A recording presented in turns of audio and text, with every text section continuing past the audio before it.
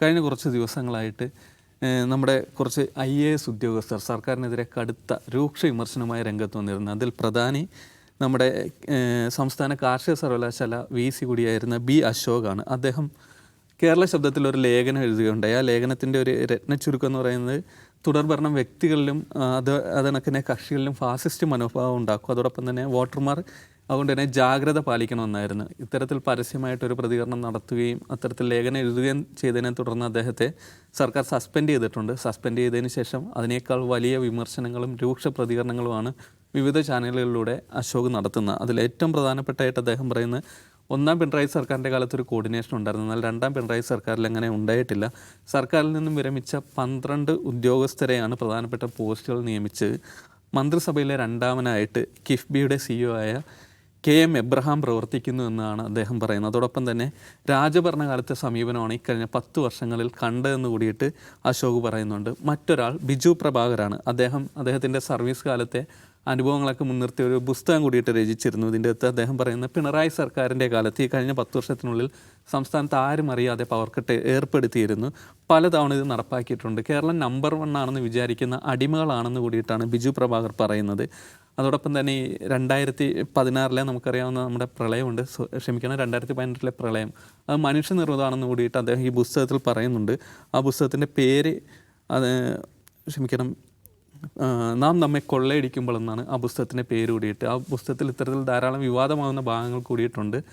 ഈ നമ്മുടെ IAS ഉദ്യോഗസ്ഥർക്ക് സർക്കാർ വിമർശനത്തിൽ അല്ലെങ്കിൽ സർക്കാർ മാറുന്നതിന് തൊട്ട് മുന്നോടിയായിട്ടാണോ അതോ അത്തരത്തിൽ വേറെ എന്തെങ്കിലും ഉദ്ദേശമുണ്ടോ ഇത്തരം വിമർശനങ്ങൾ? അതാണ് നമ്മൾ പരിശോധിക്കുന്നത്. ജിമ്മി, രണ്ടുപേരെ B. അശോകിൻ്റെയും ബിജു പ്രഭാകരൻ്റെയും സർക്കാർ വിമർശനങ്ങൾ നമ്മുടെ മുമ്പിലുണ്ട്. രണ്ടും അതിരൂക്ഷമായിട്ട് സർക്കാരിനെ കടന്നാക്രമിക്കുന്ന വിമർശനങ്ങൾ. അശോകാണെങ്കിൽ അതിൻ്റെ എല്ലാ വിധത്തിലുള്ള പരിധികളും വിട്ടിട്ട് ധാരാളമായിട്ട് ഇങ്ങനെ വിമർശനങ്ങൾ ഉന്നയിക്കുന്നു. സൈബറിടത്തിൽ അത് വലിയ ചർച്ച കൂടിയിട്ടാണ്. അശോകിൻ്റെ ചാട്ടം എങ്ങോട്ടാണെന്ന് കൂടിയിട്ട് ചോദിക്കാനുള്ള ജഗതിയുടെ ഒരു പഴയ സിനിമയിൽ ഡയലോഗാണ്, എവിടെയായിരുന്നു കുഞ്ഞ് ഇതുവരെ എന്നുള്ളതാണ് ചോദിക്കേണ്ടത്. ഇത്രയും കാലം ഇല്ലാതിരുന്ന പോലെ ആളുകളെല്ലാം ഇറങ്ങുകയാണ്. ഈ ഭൂമി കുലുക്കം വരുമ്പോൾ വീട്ടിലെ മനുഷ്യർക്ക് മനസ്സിലാവില്ല, വളർത്തുമൃഗങ്ങൾക്ക് മനസ്സിലാവും. ഇത് പ്രശ്നം വരാൻ പോവാണ്. സർക്കാർ ഉദ്യോഗസ്ഥർ ഇലക്ഷൻ ആകുമ്പോൾ കൂടോടെ തിരിഞ്ഞു എന്നുള്ളത് നമുക്ക് ഇലക്ഷൻ്റെ റിപ്പോർട്ടിംഗ് കാലത്ത് നമുക്ക് മനസ്സിലായിരുന്നതാണ്. ഇപ്പോൾ ഉന്നത ഉദ്യോഗസ്ഥരും തിരിഞ്ഞിരിക്കുകയാണ്. അപ്പോൾ അവർക്ക് ഏതാണ്ട് ഉറപ്പായിരിക്കുന്നു എന്ന് വേണം മനസ്സിലാക്കാൻ. ആ വിമർശനത്തിന് അവസരവാദപരമായ ഒരു കളറുണ്ടോ എന്നുള്ളതൊക്കെ രണ്ടാമത്തെ പ്രശ്നം. അത് അവരുടെ മനസാക്ഷിക്ക് വിടുകയാണ്. നമ്മുടെ വിഷയം എന്താ? നമ്മുടെ വിഷയം ഇതിനകത്തെ അവർ പറഞ്ഞതിനകത്തുള്ള മെറിറ്റ്. ഇതിനകത്ത് സർക്കാരിൻ്റെ കൂടെ നടന്ന ആളുകളാണ്. അതായത് B. അശോക് ആയാലും ബിജു പ്രഭാകർ ആയാലും വളരെ പ്രധാനപ്പെട്ട പദവികൾ വഹിച്ച ആളുകൾ. അവർ പറഞ്ഞതിനകത്തെ വസ്തുതയാണ് പറയേണ്ടത്. B. അശോക് എന്ന് പറഞ്ഞതിലൊരു പ്രധാനപ്പെട്ട കാര്യം കേരളത്തിലെ മാധ്യമങ്ങളെ അടക്കം പ്രതിക്കൂട്ടിൽ നിർത്തുന്നതാണ്. കിഫ്ബി എന്ന് പറയുന്ന സംസ്ഥാനത്തെ വിവിധ വികസന പദ്ധതികൾക്ക് വേണ്ടി കടം വാങ്ങിച്ച് അത് കുറച്ചുകൂടെ സ്പീഡപ്പ് ചെയ്ത് നടത്തേണ്ട ഒരു പരിപാടി. ആ പരിപാടി നടത്തേണ്ട കിഫ്ബി ഈ സർക്കാരിന് തുടർഭരണം കിട്ടാൻ വേണ്ടി വളരെ വലിയ രീതിയിൽ പരസ്യം കൊടുത്തും 130 കോടി രൂപ കടം വാങ്ങിച്ച പണത്തിൽ നിന്ന് ചെലവഴിച്ചു എന്നുള്ളതാണ്. നമുക്കൊക്കെ അറിയാമല്ലോ. ഇതൊരു എല്ലാവർക്കും അറിയാവുന്ന പരസ്യമായ രഹസ്യമാണ്. പക്ഷേ ഒരാൾ പരസ്യമായി പറയുമ്പോൾ ഇനി മാധ്യമങ്ങളടക്കം അത് ചർച്ച ചെയ്തേ പറ്റുള്ളൂ. എന്താണ് ഈ കിഫ്ബിക്ക് മാൻഡേറ്റ്? കിഫ്ബിക്ക് ഇങ്ങനെ പൈസ കൊടുക്കാൻ പറ്റും എന്ന് ആരാണ് പറഞ്ഞത്? എവിടെയാണ് എഴുതി വച്ചിരിക്കുന്നത്? അതിനുള്ള മറുപടി എന്തായിരുന്നു അറിയാമോ? കിഫ്ബിയുടെ വിമർശനം വേറെ രീതിയിൽ ഉയർന്നതാണ്. അന്ന് കിഫ്ബി പറഞ്ഞൊരു പ്രധാനപ്പെട്ട കാര്യം, ഈ കിഫ്ബി എന്ന് പറയുന്ന കടമെടുക്കുന്ന ഒരു സംവിധാനമാണല്ലോ. ഞങ്ങൾ കടം വാങ്ങിക്കും വിതർന്ന്. അപ്പോൾ നമ്മുടെ ക്രെഡിറ്റ് റേറ്റിംഗ് കൂട്ടണം. അപ്പോൾ ക്രെഡിറ്റ് റേറ്റിംഗ് കൂട്ടണമെങ്കിൽ നമ്മളെക്കുറിച്ച് പരസ്യം ചെയ്യണം. എവിടെയാണ്? കേരളത്തിൽ, ഇവിടുത്തെ മലയാളത്തിൽ. നിങ്ങളുടെ ക്രെഡിറ്റ് റേറ്റിംഗ് ഏജൻസിയുടെ നിങ്ങൾ എവിടെ ഇത് വാങ്ങിക്കാൻ പോകുന്നത്? ഇത് വാങ്ങാൻ പോകുന്നത് ഇൻ്റർനാഷണൽ മാർക്കറ്റിലാണ്. അതിനിവിടെ പരസ്യം കൊടുത്തതാണ്. ഇത്തരം അബദ്ധങ്ങളും മണ്ടത്തരങ്ങളും ഒറ്റ നോട്ടത്തിൽ പിടിക്കപ്പെടാവുന്ന കാര്യങ്ങളുമാണ്. അപ്പോൾ ഒരു സർക്കാർ ഉദ്യോഗസ്ഥൻ വളരെ വിശദമായി അതിൻ്റെ ബാക്കി കാര്യങ്ങൾ കൂടി ഇന്ന് പറയുകയാണ്. ഇത് ഒരു വലിയ ഒരു കിച്ചൺ ക്യാബിനറ്റ് പോലെ വർക്ക് ചെയ്യുകയാണ്. സർക്കാരിനേക്കാൾ കൂടുതൽ പൈസ സർക്കാരിൻ്റെ ഇൻഡിവിജ്വൽ വകുപ്പുകൾ എടുത്തു നോക്കിയാൽ അതിനേക്കാൾ പണമുള്ള ഒരു സംവിധാനം സർക്കാരിൻ്റെ പുറത്ത് പ്രവർത്തിക്കുന്നു. അത് KM എബ്രഹാം എന്ന് പറയുന്ന ഒരു റിട്ടയർഡ് ഉദ്യോഗസ്ഥൻ അദ്ദേഹത്തിന് പുതിയ ഒരു വിശേഷ പദവി കൊടുത്ത് ചീഫ് സെക്രട്ടറിക്ക് മുകളിൽ കയറ്റി വച്ചിരിക്കുന്നു. ഇത് ഏത് നിയമത്തിൽ പറഞ്ഞിരിക്കുന്നു? ഇത് ഏത് വ്യവസ്ഥയിൽ പറഞ്ഞിരിക്കുന്നു? എന്താണ് ഇതിൻ്റെ അടിസ്ഥാനം? ഈ ചോദ്യങ്ങൾക്ക് മറുപടി പറഞ്ഞേ പറ്റൂ.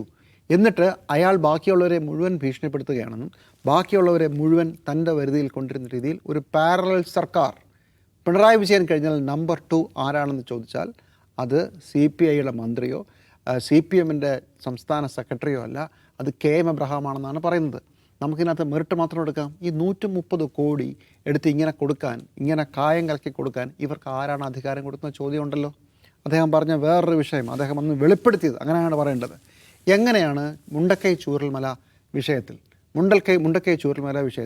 എങ്ങനെയാണ് കിഫ്കോണിന് ഇതിൻ്റെ ഈ കെട്ടിടം പണിയുടെ മേൽനോട്ട ചുമതലയും എങ്ങനെയാണ് ഊരാളുങ്കൽ സൊസൈറ്റിക്ക് ഇതിൻ്റെ നിർമ്മാണ ചുമതലയും കൊടുത്തത്? ഇത്രയും വലിയ 700 ചില്ലുവാനം കോടിയുടെ ഒരു പദ്ധതിയാണ്. എന്തുകൊണ്ട് നിങ്ങൾ ടെൻഡറിന് പോയില്ല? ചോദ്യമല്ലേ. കിഫ്കോണിന് ഇതിനു മുമ്പ് മേൽനോട്ട ചുമതല നടത്തിയുള്ള എക്സ്പീരിയൻസ് ഉണ്ടോ? ഈ 2 ചോദ്യങ്ങൾ ചോദിച്ചതിനാണ് എന്നെ പുറത്താക്കിയത്, ആ കമ്മിറ്റിയിൽ നിന്നെ സ്ഥലം മാറ്റിയതാണ് പറയുന്നത്. അദ്ദേഹത്തിൻ്റെ വ്യക്തിപരമായ താല്പര്യം എന്തോ ഒരു കേട്ടോ, ആ ചോദ്യം അവിടെ ഉണ്ടല്ലോ. ഇത്രയും വലിയ കോടികളുടെ ഒരു പദ്ധതി നിങ്ങൾക്കൊരു ടെൻഡറെങ്കിലും വിളിക്കണ്ടേ? ഒരു ടെൻഡർ പോലും വിളിക്കാതെ എങ്ങനെയാണ് കൊണ്ടുവരിക? കഴിഞ്ഞ 5 വർഷമോ 10 വർഷമോ ഇത് തന്നെയാണ് സ്ഥിതി. എന്തുകൊണ്ടാണ്? അതൊരു കോപ്പറേറ്റീവ് സൊസൈറ്റിയാണ്. കോപ്പറേറ്റീവ് സൊസൈറ്റി ആണെങ്കിൽ ടെൻഡർ വേണമെന്ന് നിയമമില്ല. പക്ഷേ ഇഫ് ദർ ഇസ് ടെൻഡർ നല്ലതല്ലേ? അല്ലാതെ കേരളത്തിൽ ഈ ഒരൊറ്റ കമ്പനിയേ ഉള്ളൂ എന്ന രീതിയിലാണോ? ഈ സർക്കാർ അധികാരമൊഴിഞ്ഞ് പുതിയ സർക്കാർ വരുന്നൊരു സാഹചര്യത്തിൽ ഇത്തരം ചർച്ചകൾ വളരെ നല്ലതാണ്. പക്ഷേ ഇത് മാത്രമല്ല കേട്ടോ ഇപ്പോൾ നടക്കുന്നത്. ഇന്ന് മാതൃഭൂമി പത്രത്തിൽ മുൻ വൈദ്യുതി മന്ത്രി AK ബാലൻ്റെ ഒരു ലേഖനമുണ്ട്. അദ്ദേഹം പറയുന്നത് ഈ വൈദ്യുതി പ്രതിസന്ധിക്ക് മുഴുവൻ കാരണം റെഗുലേറ്ററി കമ്മീഷൻ്റെ തോന്നിയവാസമാണെന്നാണ്. AK ബാലൻ പഴയ വൈദ്യുതി മന്ത്രിയാണ്, CPMൻ്റെ സംസ്ഥാന നേതാവാണ്. ഈ റെഗുലേറ്ററി കമ്മീഷൻ, ഏത് റെഗുലേറ്ററി കമ്മീഷൻ? ഇടതുപക്ഷം അപ്പോയിൻ്റ് ചെയ്ത റെഗുലേറ്ററി കമ്മീഷൻ. ആ കമ്മീഷനാണ് ഈ അഭ്യാസം മുഴുവൻ കാണിച്ചതാണ് പറയുന്നത്. 2 ആക്ഷേപങ്ങൾ. ഒന്ന്, 2015 ഒപ്പിട്ട ലോങ് ടേം വൈദ്യുതി കരാർ റദ്ദാക്കി. എന്നാൽ 2023, അതായത് 15 തുടങ്ങി, അത് കഴിഞ്ഞ് പിണറായി വിജയൻ സർക്കാർ ഒന്നുണ്ടായിരുന്നു, അത് കഴിഞ്ഞ് 2.0 വന്ന് 2 വർഷം കഴിഞ്ഞപ്പോൾ റദ്ദാക്കി. ഇത് തോന്നിയവാസമാണ്, എല്ലാവർക്കും മനസ്സിലാവും. കാരണം ആര്യാടൻ മന്ത്രിയായിരുന്ന സമയത്ത് നടത്തിയ കരാറിൽ എന്തെങ്കിലും കുഴപ്പമുണ്ടായിരുന്നെങ്കിൽ, കുഴപ്പമുണ്ടെന്ന് തന്നെയാണ് ഞാനും കരുതുന്നത്. പക്ഷേ അത് റദ്ദാക്കാൻ നിങ്ങൾക്കൊരു സമയപരിധി ഉണ്ടായിരുന്നു. പക്ഷേ ഏത് ഘട്ടത്തിലാണ് ഇത് റദ്ദാക്കിയെന്നറിയാമോ? നോക്കൂ, 5 രൂപയ്ക്ക് അന്ന് ആ കരാറിൽ ഏർപ്പെടുമ്പോൾ അതിനകത്തൊരു നഷ്ടമുണ്ടെന്ന് തന്നെ വിചാരിക്കുക. പക്ഷേ 8 വർഷം കഴിയുമ്പോൾ ഈ വിലക്കയറ്റത്തിൻ്റെയും മറ്റും ഇൻഫ്ലേഷൻ്റെ പശ്ചാത്തലത്തിൽ വൈദ്യുതിയുടെ വില കൂടുകയാണ്. അപ്പോൾ 8 വർഷം കഴിയുമ്പോൾ ഇത് റദ്ദാക്കുകയാണോ റദ്ദാക്കാതിരിക്കുകയാണോ വേണ്ടത്? കാരണം നിങ്ങൾക്ക് 40 വർഷത്തെ കരാറാണ്. 40 വർഷത്തേക്ക് നിങ്ങൾക്ക് 5 രൂപയ്ക്ക് കൊടുക്കണം. ആദ്യ നാളുകളിൽ നിങ്ങൾക്ക് വൈദ്യുതി വിൽക്കുന്ന ആൾക്കാർക്ക് ലാഭം. ഒരു 8 വർഷം കഴിഞ്ഞാൽ വൈദ്യുതിയുടെ വില പുറത്തുള്ള മാർക്കറ്റിൽ കൂടുമ്പോൾ ഈ 5 രൂപ ലാഭമായി മാറാൻ പോവുകയാണ്. ആ മൊമെൻറ്റിൽ ഇത് ക്യാൻസലാക്കിയിരിക്കുന്നു. ആരുടെ താല്പര്യം? ആർക്ക് വേണ്ടിയാണ് ഇത് ചെയ്തത്? AK ബാലൻ പറയുന്നത് റെഗുലേറ്ററി കമ്മീഷൻ ചെയ്തു എന്നാണ്. റെഗുലേറ്ററി കമ്മീഷൻ എന്ന് പറഞ്ഞാൽ പിണറായി വിജയനും CPMും അപ്പോയിൻ്റ് ചെയ്ത റെഗുലേറ്ററി കമ്മീഷനെതിരെയാണ് ഒരു സംസ്ഥാന മന്ത്രിയായിരുന്ന ഒരു CPMൻ്റെ പ്രധാനപ്പെട്ട നേതാവ് ആരോപണം ഉന്നയിച്ചത്. ഞാൻ പറഞ്ഞു വന്നത് B അശോകും അതുപോലെ തന്നെ ബാക്കിയുള്ളവർ മാത്രമല്ല വെടിപൊട്ടിക്കാൻ തുടങ്ങിയിരിക്കുന്നത്. CPMനകത്തു നിന്ന് തന്നെ കലാപം തുടങ്ങിയിട്ടുണ്ട്.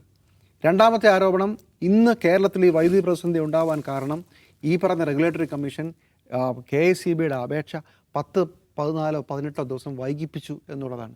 അതും ചെയ്തത് ആരാ? CPM അപ്പോയിൻ്റ് ചെയ്ത കമ്മീഷനാണ്, CPMൻ്റെ ആളുകളാണ്. അപ്പോൾ AK ബാലൻ എന്താ ഉദ്ദേശിക്കുന്നത്? ഇനി ഒരു കാര്യം കൂടെ പറയാം. സത്യത്തിൽ 2023 ഈ റെഗുലേറ്ററി കമ്മീഷൻ ഒരു ദിവസം രാവിലെ എഴുന്നേറ്റ് റദ്ദാക്കിയതല്ല. അത് റദ്ദാക്കിയത് അന്നത്തെ ഫിനാൻസ് സെക്രട്ടറിയുടെ നിർദ്ദേശപ്രകാരം KSEB ചെയർമാനാണ് റെഗുലേറ്ററി കമ്മീഷന് കത്തയക്കുന്നത് ഈ കരാർ റദ്ദാക്കണമെന്ന്. അന്നത്തെ KSEB ചെയർമാൻ്റെ പേര് B അശോക് എന്നാണ്. അപ്പോൾ കാര്യങ്ങളൊക്കെ മനസ്സിലായല്ലോ, അത്രേ ഉള്ളൂ. സാഹിബ്, ഈ B അശോക് പറയുന്നുണ്ട്, ഞാൻ ഈ സസ്പെൻഷൻ റദ്ദാക്കാൻ വേണ്ടിയിട്ട് നിയമ പോരാട്ടം നടത്തുന്നില്ല, അടുത്ത സർക്കാർ അധികാരത്തിൽ വരുമ്പോൾ അത് മാറുമെന്ന് അദ്ദേഹം ഇപ്പോഴേ തീർച്ചപ്പെടുത്തിയിട്ടുണ്ട്. സർക്കാർ മാറുമെന്നും തിരികെ വരുമ്പോഴത്തേക്ക് ഈ സസ്പെൻഷൻ റദ്ദ് ചെയ്യപ്പെടുമെന്നുള്ള ഇത്തരത്തിൽ ഉയർന്ന ഈ IAS ഉദ്യോഗസ്ഥർക്ക് സർക്കാർ മാറുന്നത് അല്ലെങ്കിൽ അത് മനസ്സിലാക്കിയിട്ട് കൂടിയിട്ടാണോ ഇത്തരത്തിൽ വിമർശനങ്ങൾ ഉന്നയിക്കുന്നത്? മുമ്പങ്ങും ഇത്തരം ഒരു കണ്ടിട്ടില്ല. നമ്മളതിൽ ജേക്കബ് തോമസ് ആകട്ടെ, സെൻകുമാർ ആകട്ടെ, ഇവരൊക്കെ ഉദാഹരണങ്ങൾ നമ്മുടെ മുമ്പിലുണ്ട്. അതിൽ B അശോകിൻ്റെ കാര്യത്തിൽ B അശോക് വളരെ എക്സ്പ്ലിസിറ്റായിട്ട് സർക്കാരിനെതിരെ രൂക്ഷമായ ആക്രമണം നടത്തുന്ന ഈ ഇലക്ഷൻ പോളിങ്ങിന് ശേഷമാണെങ്കിലും നേരത്തെയും പുള്ളി വിമർശനം ഉന്നയിക്കുന്നുണ്ട്. സർക്കാർ മാറും എന്ന് കണ്ടതുകൊണ്ടോ അല്ലെങ്കിൽ ഇതിപ്പോൾ ഒരു കെയർ ടേക്കർ ഗവൺമെൻറ് ആണല്ലോ അതിൻ്റെ ആനുകൂല്യമുയർത്തി ആണ് അയാൾ വിമർശനം ഉന്നയിക്കുന്നത് പൂർണ്ണമായി ശരിയല്ല. ഇത്രയും രൂക്ഷമായിട്ടല്ലെങ്കിലും നേരത്തെയും അദ്ദേഹം ഈ നിലയിലുള്ള വിമർശനം ഉന്നയിക്കുന്നുണ്ട്. ജനറലി ഇതിനകത്ത് നമ്മൾ കണ്ടത് ഉദ്യോഗസ്ഥരുടെ അച്ചടക്കം, ഡിസിപ്ലിൻ എന്ന് പറയുന്നൊരു സംഗതി ഉണ്ടല്ലോ, അത് അക്കാര്യത്തിൽ പിണറായി വിജയൻ അധികാരത്തിൽ വന്നതിന് ശേഷം വലിയ പാളിച്ചകൾ ഉണ്ടായിട്ടുണ്ട്. സാധാരണത്തിൽ പിണറായി വിജയനെ പോലത്തെ ഒരാൾ ഹെഡ് ഓഫ് ദി ഗവൺമെൻറ് ആയിരിക്കുമ്പോൾ അത് ഭയങ്കര ഡിസിപ്ലിൻഡ് സിസ്റ്റം ആയിരിക്കുമെന്നാണ് നമ്മൾ വിചാരിക്കുക. കാരണം പിണറായി വിജയൻ അങ്ങനത്തെ ഒരാളാണ്. പക്ഷേ നോക്കൂ, ഒരു ബ്രോ ഉണ്ടല്ലോ, കളക്ടർ ബ്രോ, അദ്ദേഹം സ്വന്തം കൊളീഗ്സിനെതിരെ അല്ല സീനിയർ കൊളീഗ്സിനെതിരെ പരസ്യമായിട്ട് ഫേസ്ബുക്കിലും വാർത്താ സമ്മേളനങ്ങളും മാധ്യമങ്ങളായിട്ട് സംസാരിക്കുമ്പോഴൊക്കെ വിമർശനം ഉന്നയിച്ചുകൊണ്ടിരിക്കുകയാണ്. അങ്ങനെ നമ്മൾ മുമ്പ് ഒന്നും കണ്ടിട്ട് ഒരു IAS ഉദ്യോഗസ്ഥൻ അങ്ങേറ്റ് സീനിയറായിട്ടുള്ള ഉദ്യോഗസ്ഥന്മാർക്കെതിരെ നിരന്തരമായി വിമർശനം ഉന്നയിക്കുക. പിന്നെ പോലീസ് ഓഫീസേഴ്സിൻ്റെ കാര്യത്തിൽ നമ്മൾ കാണുന്നു, ഈ പറഞ്ഞ കക്ഷി ഉണ്ടല്ലോ, നമ്മുടെ വിവാദ ADGP, അദ്ദേഹം RSS നേതാക്കന്മാരെ പോയി കാണുന്നു, സംസാരിക്കുന്നു. അതിനെതിരെ സ്വന്തം ഘടകകക്ഷി, മുന്നണിയിലെ ഘടകകക്ഷി പോലും വിമർശനം വെച്ചിട്ടും പുള്ളിക്കൊന്നും സംഭവിക്കുന്നില്ല. 3 തരത്തിലുള്ള അന്വേഷണ കമ്മീഷനില്ല, അന്വേഷണത്തിന് വേണ്ടിയുള്ള സംവിധാനങ്ങൾ ഒരുക്കുന്നു. 3 ടയർ എൻക്വയറി എന്നൊക്കെ പറഞ്ഞിട്ട് സംഗതികൾ വരുന്നു. പക്ഷേ ഒന്നും എവിടെയില്ല, ഒരു എൻക്വയറി ഇല്ല, ഒരു റിപ്പോർട്ടില്ല, ഒരു നടപടിയില്ല. നമുക്ക് സാധാരണഗതിയിൽ ഒരു സേനാ വിഭാഗത്തിൻ്റെ സുപ്രധാന പദവിയിലിരിക്കുന്ന ഒരാൾ ചെയ്യാൻ പാടില്ലാത്ത കാര്യം ചെയ്തപ്പോൾ അവർക്ക് പോലും ഒരു സ്റ്റേറ്റ് പ്രൊട്ടക്ഷൻ കവറേജ് കിട്ടുകയാണ് ചെയ്യുന്നത്. അതുകൊണ്ട് ഈ നിലയ്ക്കുള്ള ഡിസിപ്ലിൻ എന്ന് പറയാം, സാധാരണഗതിയിൽ ബ്യൂറോക്രസിയിൽ നമ്മൾ പ്രതീക്ഷിക്കുന്ന ഡിസിപ്ലിൻ പിണറായി വിജയൻ്റെ ഭരണകാലത്ത്, പ്രത്യേകിച്ച് അദ്ദേഹത്തിൻ്റെ 2ാം ഭരണകാലത്ത് ഉണ്ടായിരുന്നില്ല. അപ്പോൾ അതിൻ്റെ തുടർച്ചയിലാണ് ഇത് കാണേണ്ടത്. അപ്പോൾ അശോകിനെ സംബന്ധിച്ച് അശോക് ഇപ്പോൾ പറഞ്ഞുകൊണ്ടിരിക്കുന്ന കാര്യങ്ങൾ നേരത്തെ പറഞ്ഞതിന് തുടർച്ചയായിട്ട് കുറച്ചുകൂടെ സ്റ്റാറ്റിസ്റ്റിക്സ് വെച്ചിട്ട് കുറച്ചും കൂടെ പുതിയ കാര്യങ്ങൾ, അതിലിപ്പോൾ ജിമ്മി പറഞ്ഞ കാര്യങ്ങൾക്ക് പുറമേ അദ്ദേഹം വേറെ കുറേ സ്റ്റാറ്റിസ്റ്റിക്സ് വയ്ക്കുന്നുണ്ട് ഈ കൊടുക്കാനുള്ള കുടിശ്ശികളെക്കുറിച്ച്. അതിൻ്റെ കണക്കുകൾ ഭീകരമാണ്.